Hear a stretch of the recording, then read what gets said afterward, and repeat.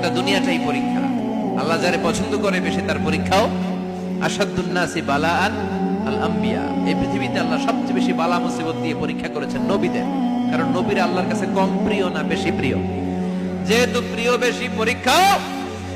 এজন্য মুমিনের উপর যদি পরীক্ষা আসে, মুমিনের উপর যদি অত্যাচার আসে, মুমিনের উপর যদি ধৈর্যের পরীক্ষা আসে, জেল জরিমানা আসে, মুমিন ওইটারে ভয় পায় না। মুমিন ভয় পায় একজনকে, চিল্লায় বলেন তিনি কে? কারণ আল্লাহর ঘোষণা ওয়ালা তাহিনু ওয়ালা তাহজানু, ঘোষণাটা কার? ভয় নাই, তোদের চিন্তা নাই।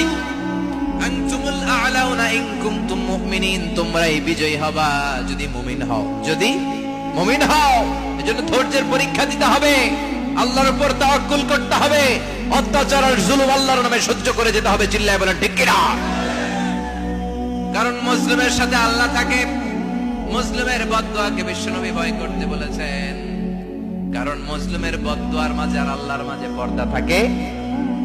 যারা দুনিয়ার বুকে জুলুম করে তাদেরকে ক্ষমতার মসনদ থেকে নামিয়ে দেয় কে? আর যারা মুসলিম হয়, যাদের রক্ত দিয়ে জমিন ভেজে, তাদেরকে জমিনের ক্ষমতা দিয়ে দেয় কে? আর যারা রক্ত ঝরায়, ইতিহাস বলে তারা শেষ পর্যন্ত প্রাণ আর জান নিয়ে পালাবার জায়গাটা পায় না। চিল্লায় বলেন ঠিক কিনা?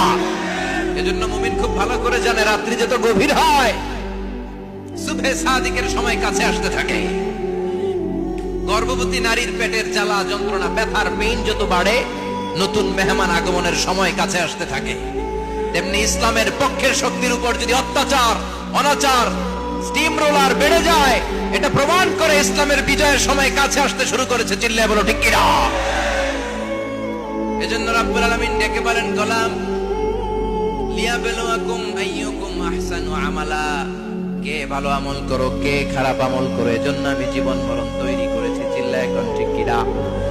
এরপর আল্লাহ বললেন, ওয়ালাকাদ যায়্যানাস সামাআদ দুনিয়া বিমাসাবিহা ওয়া জাআলনাহা রুজুমান লিশ-শায়াতিন। সুবহানাল্লাহ বলেন।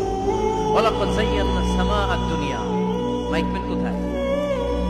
সাউন্ডটা বাড়াও। এত দুর্বল কেন তোমার সাউন্ড? মনে হচ্ছে আমি মাইক ছাড়া কথা বলছি। সাউন্ডটাকে স্ট্রং করো। ওয়ালাকাদ যায়্যানাস সামাআদ দুনিয়া, I have beautified the closer sky with candles, with light and stars. আল্লাহ বললেন, আমি দুনিয়ার আকাশকে তারা দিয়ে সুশোভিত করেছি। আকাশে তারা আছে না নাই? এগুলো এমনি এমনি হয়েছে না? তৈরি করছে কে? বিশ্বাস হয়? কোন সন্দেহ আছে? এখন তো লাইটিং ফাইটিং এর যুগে তারার যে কি সৌন্দর্য আমরা বুঝি না। আমরা যখন ছোটবেলা গ্রামে